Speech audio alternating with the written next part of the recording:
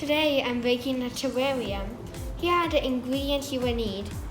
Stones for the false bottom, a mesh layer to separate the false bottom from the substrate, charcoal which is optional, substrate or soil, moss, fern, and begonia.